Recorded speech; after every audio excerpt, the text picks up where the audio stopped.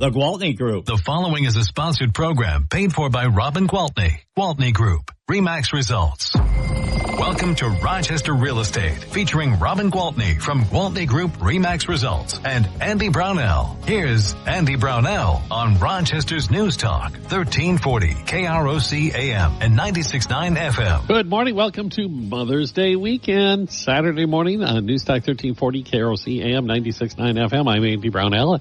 And, of course, we are with Robin Gwaltney, Gwaltney Group RE/MAX Results. Hi, Robin. Hello there. Big Mother's Day plans?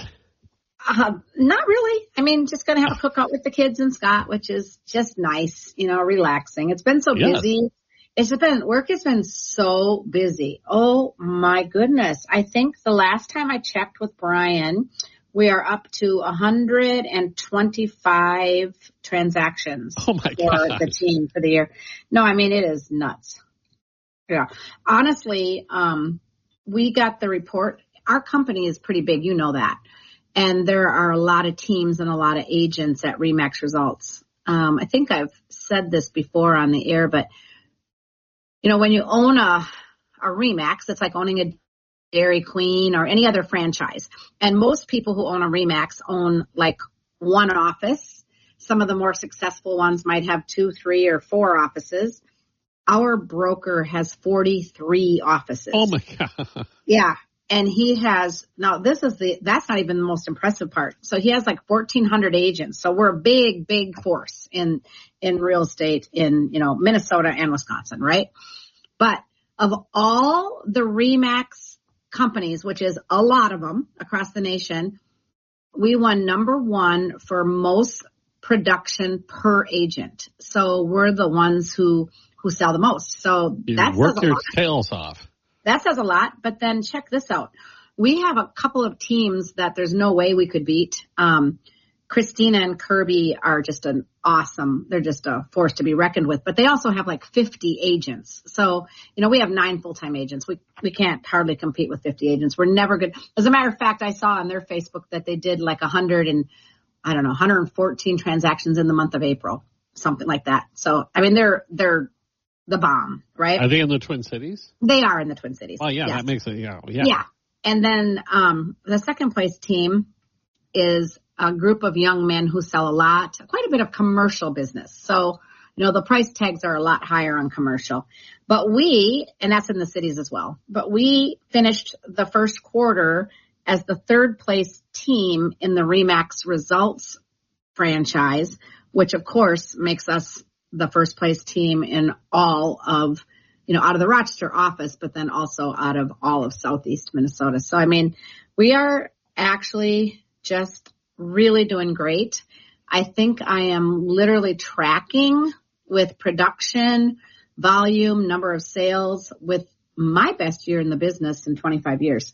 So for all of you people out there that are hearing that the real estate market is really bad and it's really slow and nobody's buying or nobody's selling, no, that is not the truth. That is simply not the truth. And granted, I mean, have we seen markets where things have flown off the shelves a lot faster, for sale sign one day, sold sign the next day? Of course we have. But we've talked about this. That was all related directly to the pandemic, to the crazy, once in a lifetime low interest rates. And it was just an anomaly. That's what it was. So was your best year during the pandemic? My best year was during the pandemic. So, yes, it was. So in other words, if you take that anomaly out, this is your best year ever. Correct. That is a great way to look at it. So, and then there's always the people who say, well, yeah, but thank God you're having a good start because the end of the year might fizzle out. It might slow down. I'm not counting on that. I am predicting it's just going to be a fabulous year all the way through. And it's because we put our nose to the grindstone. We understand that people are going to buy and sell houses no matter what is going on. And we want to make sure that they choose us to work with because, yes, there might not be as many transactions. There might not be as many buyers out there. But as long as we are getting our fair share, we're going to do just great. And we don't have any problem getting our fair share. So And we've pointed this out before. I mean, it's not just you who've said this. It's No, of course. the Rochester market is insulated from a lot of these national economic trends. Thank goodness. Yeah. And that now encompasses pretty much all of southeastern Minnesota because yes, it does. Because we're we all spreading know why, out. right? Yep. We're spreading out. And, you know, a lot more people are saying it used to be when I was just starting in real estate, I hear a lot of people say, I want to stay right in Rochester. I want to be in Rochester. I want to be in Rochester. Okay, maybe I'll go as far out as Byron because that doesn't seem that far. Maybe I would go to Orinoco. Now it's like, I'll go to Pine Island. I'll go to, they'll go all the way out to Dodge Center. You know, they'll go each direction further and further because, well, a lot of people are working from home, so it's not as important about how long it takes them to get to work. But B, it's less expensive sometimes to live a little further out. And some people just want that sense of a smaller, quieter, community. You know, if you came from a much larger city as well, by comparison, the Twin Cities, if you live in Burnsville and work in Minneapolis, the distances and travel times are even longer than they would be if you lived in Casson. Oh, my gosh. That's so true. I mean, come on. I can drive from Wabasha to Rochester to my office without rushing, without speeding, door to door in less than 50 minutes. You know what? It's a few phone calls and a couple of text messages. Oh, and I'm not driving while I'm doing that. Scott's driving, so don't anybody panic. And then I'm here, right? Yeah. So, not a problem. And I know you're right because 25 years ago, we all, you don't want to live, outside the city. It's too long of a drive. Right. And from where I live to the Menards North, that's a 20-minute drive now, just within the city. Yeah, it can be. Yeah, with traffic. And people say traffic, you don't get any traffic. But with our traffic, it can take a little bit to get across town now. Yeah. So the whole purpose of Circle Drive was you'd circle the city, right? So you could circle around in a quick hurry. Now it's like, it should be renamed to like Middle Road Drive because there's about as much on the outside of it as there is on the inside of it. Oh, yeah. You and I are old enough to remember when they put that in, and the idea was there were never going to be any stoplights along that road. It was going to be a thoroughfare. That did not last very long. Yeah, nope, that did not last very long, which is a good thing. That means our city is growing and thriving. And for real estate, growing and thriving are two words that we like to hear for sure. Well, you think you're either growing or you're shrinking. You'd much rather be growing. Yes, absolutely. Even though people say, oh, I don't want Rochester to get any bigger. And I'm like, well, think about what happens if we don't. Right? I know. Yeah. Everybody's resistant to change. That's just human nature. It is. It is indeed. Well, I know you have a market report, but why don't we take a quick break and then we'll dive into that, okay? Sounds good. All right. We'll be back in a moment. Robin Gwaltney is here. Gwaltney Group-RE Max Results. News Talk 1340 KROC AM and 96.9 FM.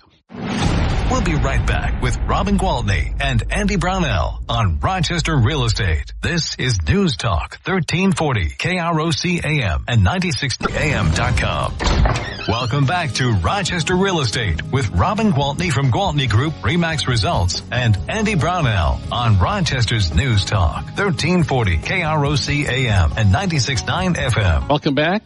Robin Gwaltney, Gwaltney Group-RE Max Results, and you have the market report, Robin. I do, and it's pretty new. It was just put out on Thursday of this past week, so a few days ago. All right, so let's take a look at it. Currently, there are 334 sales pending in the market overall and leaving 305 listings still for sale. I know what that means. Yep. That means it's a 52.3% ratio. So we've been seeing right around that 50%. It actually was 48, 49, 50. We're inching our way up. And the higher the number, the more favorable that is for sellers. Okay, so 50% means it's just as good to be a buyer as it is to be a seller. Nobody's at an advantage. A balanced market. Balanced market. As the pending ratio gets higher, then that means that there is a bigger demand for the listings and that they're going to sell quicker, they're going to bring higher prices, all of the things. So 52.3 is still pretty darn close to balanced, but things are tipping in the favor of the sellers. Okay? That's what that means. Yeah, it was, 3-4 months ago, that number was in the upper 30s. Exactly. So we've definitely been watching it go up. So, all right. Taking a closer look, I can tell you that the 300 to 400 price range has the biggest number of contracts pending. Okay. And there are also quite a few properties still for sale. There's 53 properties still for sale between 300 and 400. The median list price of everything that's on the market today is $509,900. Wow. All right. Okay. I know it just gets higher and higher, doesn't it? A total of 701 contracts have closed in the last 6 months. As tired as I am some nights, I feel like we did 500 of them, but we didn't. Just 120. But I'm telling you. Okay. And that number is edging up too if it's a 6-month window. Yeah. Yes, it is. So the median sold price in those last 6 months has been $327. All right. So right now, if I look at most of the houses that sold, they were between, of those 701 contracts, most of them were between 200 and 300. And of course, that's always a spring thing. It's just always a hot price point. It's where most of our first-time home buyers fall into play. Also, there's a total of 181 listings that were listed during that time frame that did not sell. And people say to me, well, why? Why didn't those houses sell? Maybe because they were priced too high. Maybe they were not marketed adequately. Maybe the property was just in really poor condition. Or sometimes it's just that the seller has second thoughts and they decide they don't want to sell. And just that number always seems to be somewhere between 160 and 180. Yeah, it just kind of stays the same. And I will also say that right now, if you are still shopping in that 200 to 300 price range, there are currently 35 properties. Maybe there'll be some more coming on the market today. We've kind of seen new listings come on every Saturday, sometimes every Friday, but Friday or Saturday we've usually been getting some new listings, which is definitely a good thing. Days on market, let me take a look at that. So the active listings that we have right now have been on the market a median days of 42. All right. That's all of them. That's all of them. Okay. So some of them might have been sitting there, like there might be a $2 million house that's been sitting on the market for 70 days. That's going to be used in the averaging it out. All right. So the average or median market time has been 42 days. And if I analyze the sold properties for the last 6 months, that shows me that the median sold price of $327 sold in 21 days. Wow, that's pretty quick. Mm-hmm. Yep. So, that's why when people say, oh, these houses have been sitting along, or I had an agent call me this week, and she's a very nice agent, but newer. And she brought me a pretty low offer. And I was like, oh my goodness, I hope this was the buyer's idea and not yours. And she goes, well, that house has been on the market a long time. And I thought, has it? Maybe I've lost track of time. So I looked it up and it had been on the market 20 days. And I'm like, oh dear God. Yep, 20 days. You might want to know your stats and know the facts and know that 20 days is not a long time in today's market, or really in my 25 years in most markets, that was not a long time. There was a brief little market where that would have been a long time, but it's not the norm, guys, not the norm. So anyway,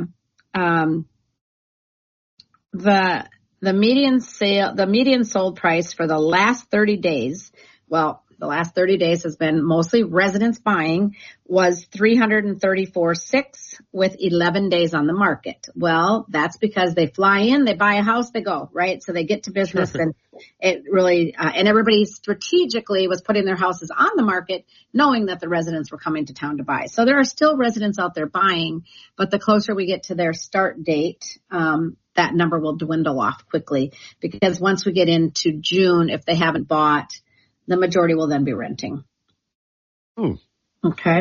So, I mean, they're trying to buy. Since the recent days on market is less than the median days on market in the past 6 months, that is another positive indicator for demand. So, I mean, obviously the market is going to fluctuate. There are going to be things that are going to change, like the influx of the residents. I mean, it's just important to understand the market, what makes it work the way it works. And if you ever have questions about why is it that this happened or that happened, just call me because that's what I love to talk about. I mean, I know this data from right from the top of my head because this is what I do. I eat, I sleep, I breathe real estate, right? So the median list to sales ratio in our area, do you want to take a guess at this one, Andy? Okay. Say the term again so I can. All right. So if I have a house listed for $300,000, okay, what percentage is it going to sell for? That's what I thought you were asking. Yeah. 102%. You are so good. It's actually 101.6%. I was close. So you were very close. So, you know, the bottom line is, people, what that means is when houses are priced right, we're still getting what we're asking. Okay. So it's not like, oh, geez, the house has been on the market 20 days, which is below the median. I think I'll come in, I don't know, 10, 15% under ask. Yeah, no, it's not going to fly. So just make sure you've got somebody guiding you that knows the market, understands the market. And as you pointed out in the past, that where you could do that is if somebody came in and overpriced, they put the value above what it should be. Bingo. If it's overpriced, it's going to come down. Either someone's going to just respond to your low offer, or they're going to sit and wait and let the market show them that it's not going to sell at their price. And that kind of skews our numbers for days on market and stuff. But if you are working with someone that does understand the market, they are going to be able to quickly tell you if the house is priced right, or if it's overpriced, or even sometimes, wow, they came in really low on this one. I think they're looking for a bidding war.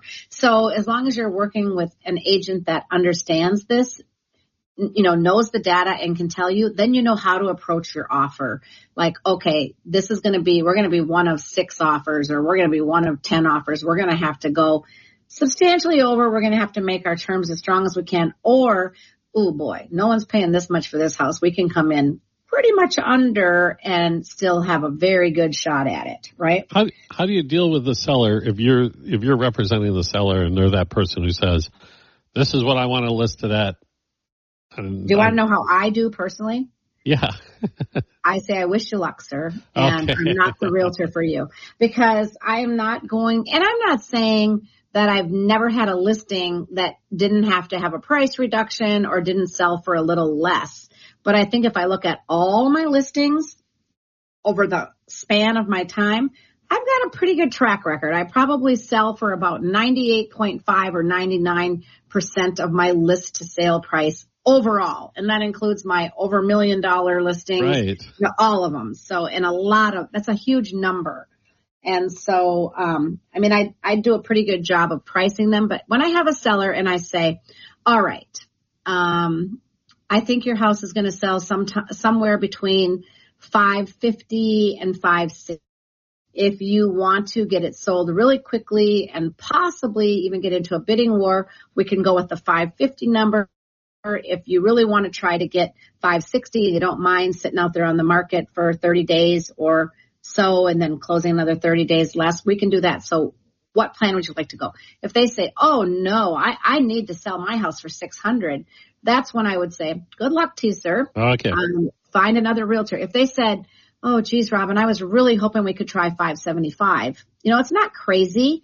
I'll look them in the eye and say, all right, you know what? You're the owner. You get to call the shots. Let's try it. but I want you to make yourself a note. Robin suggested this price, or I just want you to remember when you get frustrated, we don't get enough showings or we start getting feedback saying overpriced. I don't want you to forget that this is the way I advise you. And then they're usually really good about that. And if they say, okay, that's fine, I understand that, but can we try it that way for a couple of weeks? Of course we can. It's your house. You call the shots. But if it's a ridiculous overprice, no, we're not going there. Okay. We got to take a quick break, Robin. We'll do that. Come right back. Robin Gwaltney, Gwaltney Group RE/MAX results on News Talk 1340 KROC AM and 96.9 FM.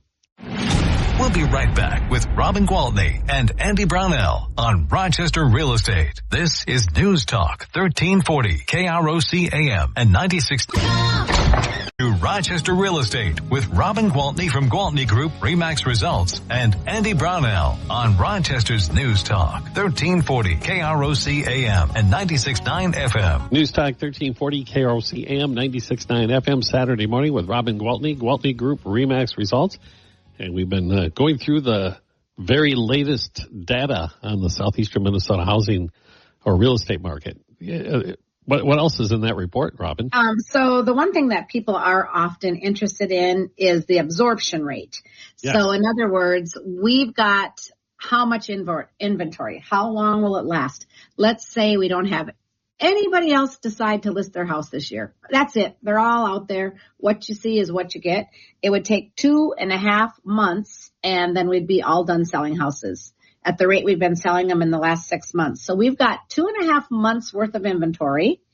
And with that being said, that is again showing that the demand is pretty high, right? It also indicates that there's not as many houses on the market as we've had in some markets, but clearly more than we had last year at this time. So we still got a pretty low absorption rate. 2.5 months worth of inventory is not a lot. A healthy market. A healthy market. So there you go. I mean, again, if you have any further questions or more details, and what I was talking about right now was Rochester proper.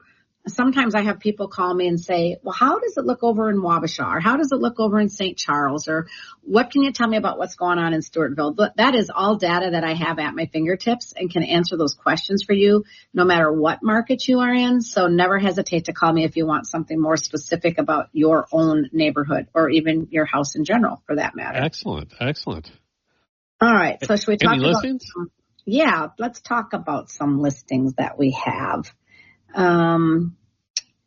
We have one at 606 11th Avenue Southeast, and this one is 3 beds, 3 baths, and it's an older house. It's an old house. It was built in 1914, but it's a super cute house. And this one is listed for $242,500. Well, there you go. Mm-hmm. That's the Slatterly Park area, right? Correct. And this one is not as old, but this one was built in 1939, and it is a 2-bed, 1-bath, cute little house. It's a total of 790 square feet, just a little dollhouse. And this one is $229,900.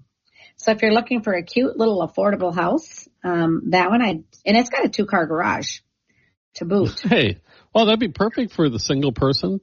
Just starting out, absolutely perfect. Or some young or new. They don't even have to be young, but newly married couple who like to be really close to each other all day long.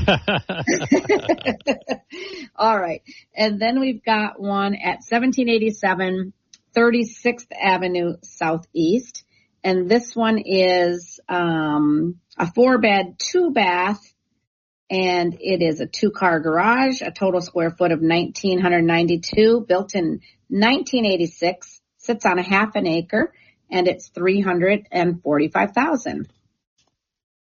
So a lot of affordable stuff, which is always good. This one, I honestly thought it would sell the first day on the market. Now, it's only been on the market a couple of days, but I'm surprised it's still available. And this is 4004 30th Street Southeast. I think I talked about it last week as a coming soon. It was built in 1952. It sits on 5 acres.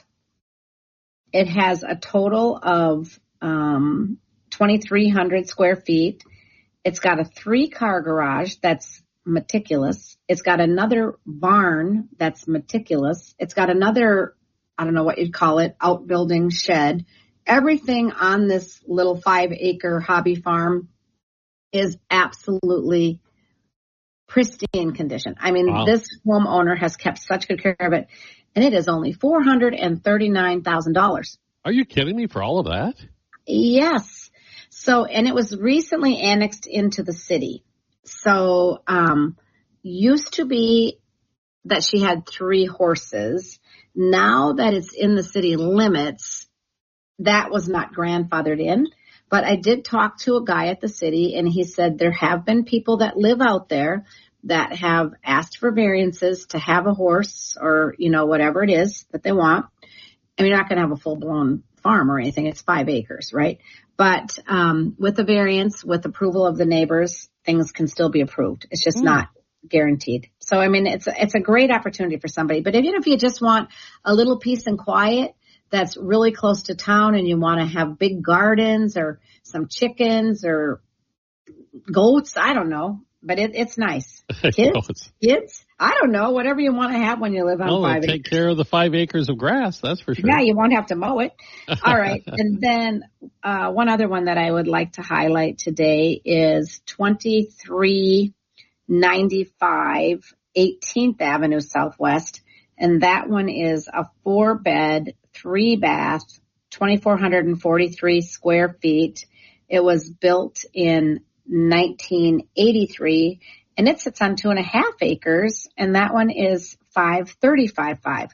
So all of those listings today, that's the highest one, 535,000. So 5 very affordable, very nice listings that I am proud to bring to you today.